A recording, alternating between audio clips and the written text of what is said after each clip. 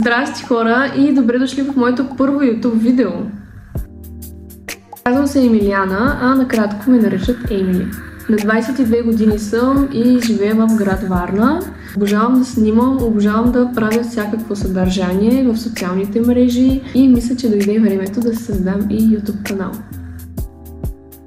И много се надявам просто да се сприятелим, да си станем близки, да можем да си споделим всякакви неща. Ако имате някакви предпочитания или идеи, какво бихте желали да гледате от мен, моля ви, напишете ми в коментарите, ще се почувствам много добре.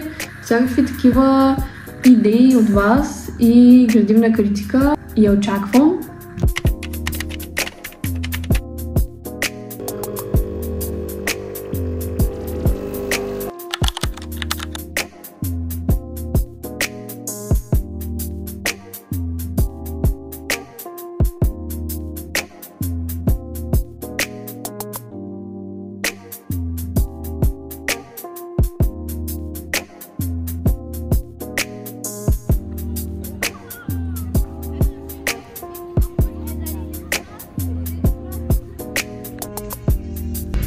Вече трета кола спира и ме пита дали ще тръгвам.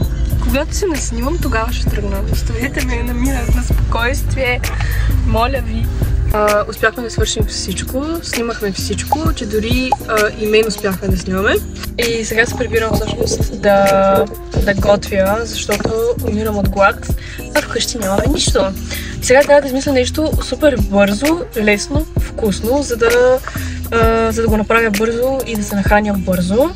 Защото пак трябва да снимам някакви неща. В момента нямам батерия дори и умирам от жега. Но да, сутринта едва стигнах на време, защото просто бях забравила какъв е ужасен трафика в Варна. И закъсняхме, едва намерих място къде да паркирам.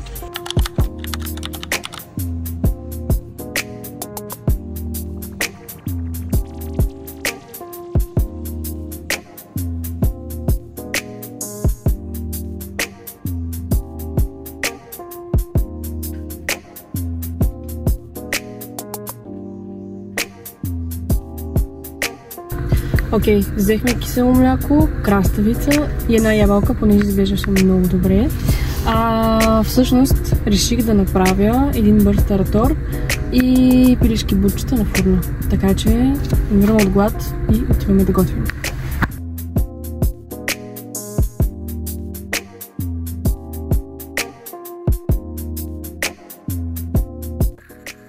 Прибрах се и се преоблякох. И стоя така от вече 30 минути и просто си ровя на телефона. Защо всеки път го правя това нещо? Всеки път, когато се прибера, имам спешно да свърша нещо или да си изготвя нещо, понеже умирам от глад.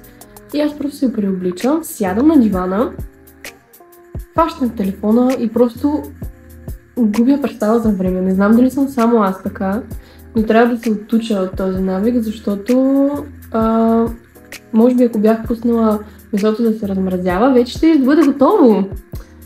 Но, Емили, на здраве, Жасмин. Да. Така че започваме. Ставам да готвя, хора. Ставам!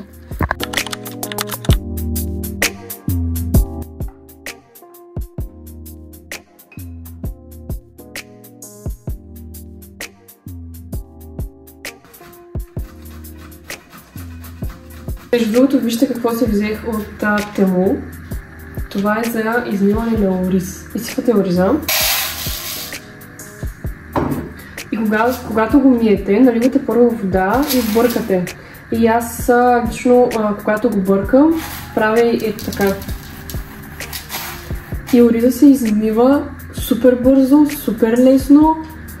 И просто накрая от тези дупки просто правите ето така. Уникално е. Най-добрата ми покупка от Тему.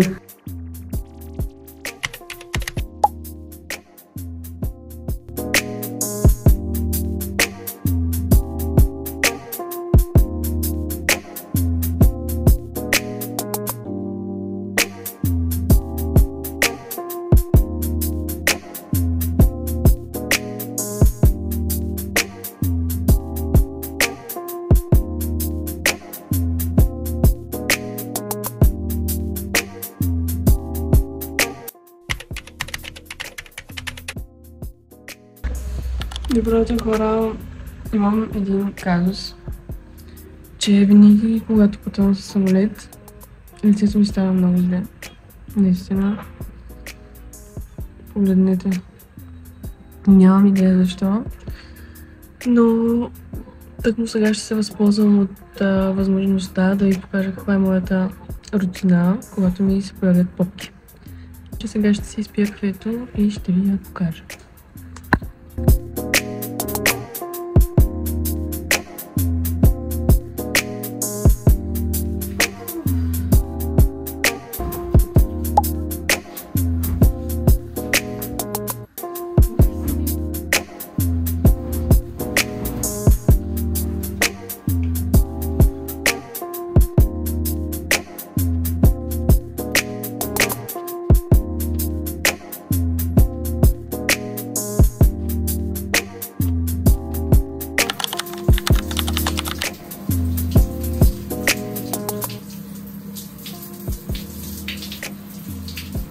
Добре, това, което правя е, когато се къпя, да си почистя много добре лицето с ето това на микса.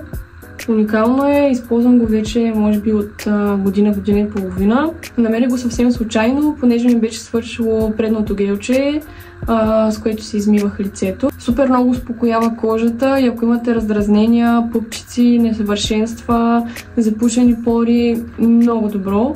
Препоръчвам го с две ръце. Аз лично използвам ето тези на Dermafirm от Bioel Store и съм супер доволна от тях. Започвам с ето този серум, вече е през свършване.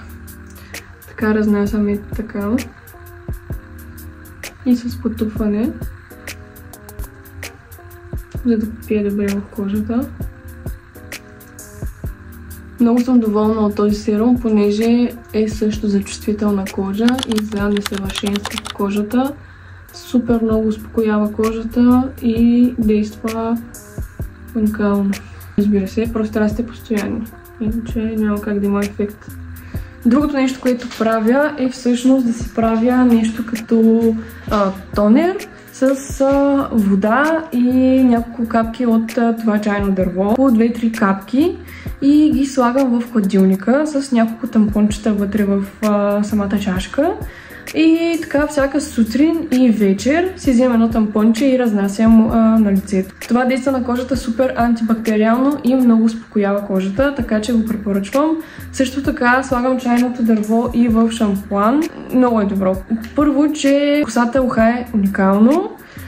И второ, че я подхранва и особено за мазна коса и кожа се справя уникално. Сега сядам да се оправям, така че ще се възползвам от момента да ви покажа какви продукти използвам. За подфон тен използвам ето този хидратиращ крем на Оржена от Bioel Store. Той даже вече е на привършване и трябва ето така да си слагам. Но е уникален. Така че го използвам доста редовно, както се вижда от вече свършената опаковка. Много добре хидратира кожата и дори ако ви е мазна или комбинирана кожата, както е моята в случая. Не я прави мазна, не я прави с лепкав слой. Просто уникален крем, наистина. Го препоръчвам с две ръце.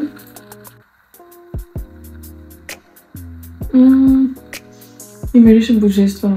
Това е просто любимият ми хидратиращ крем. Уникален е. Ох, ако можехте да усетите така мирише. Така, плановете за днес са следните. Докато си влогвам аз с вас, оправих набързо в нас и сега ще се оправя, ще се облека и трябва да изляза. Имам да свърша малко работа и след това отивам при Яни да му помагам с приготвянето на коктейлите за отварянето на новия бар.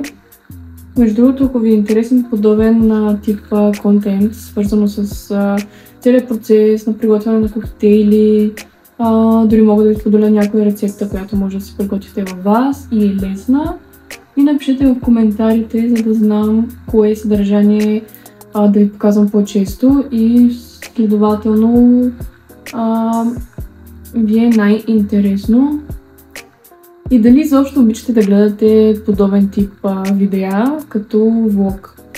Аз лично много харесвам, особено ако е от истинската гледна точка на човека, без филтър, и това за мен е едно истинско преживяване, не се натоварвам.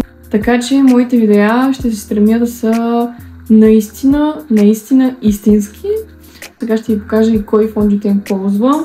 Те са два всъщност. Използвам ето този за по-ежедневна визия. Не толкова натрапчива, уникален фонджутен. А пък ако трябва да излизам и трябва да съм с малко по-тежък грим, за вечерен грим използвам ето този фонджутен. Много съм доволна и от двата, но този е за всякакъв тип кожа, докато този е за мазна кожа и именно за това го използвам вечерта, но обичам да го използвам за коректор под очите и прикрива несъвършенствата много добре. Така че ако искате да постигнете именно този ефект, да прикриете несъвършенства, пъпчици, това е идеалният вариант за фонджутен. Има го и за суха кожа, така че да.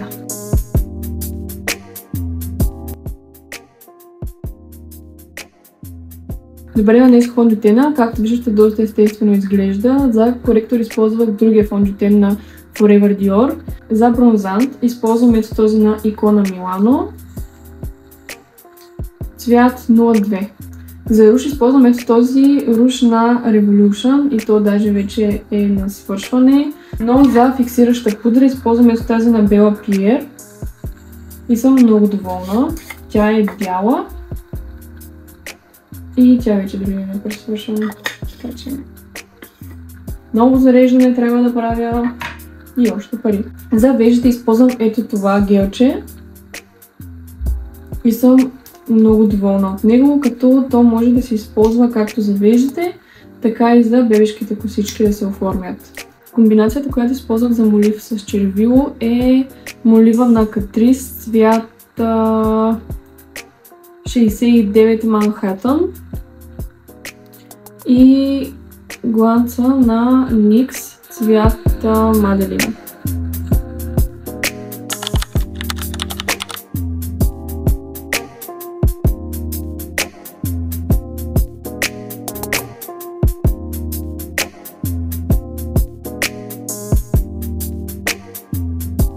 Това са лактоферментирали домати, като ще се използва марината за Bloody Mary.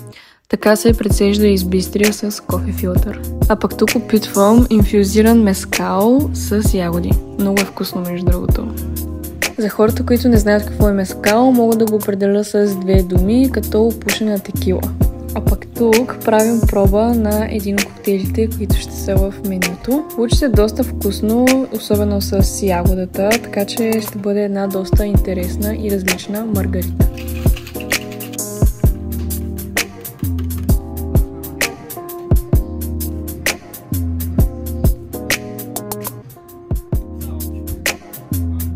Хора, а този просто трябва да се пробва. Уникално вкусен е. Естествено, ако харесвате газирано. Това е вариация на пина колада. Като предварително всичките съставки са смесени и след това газирани.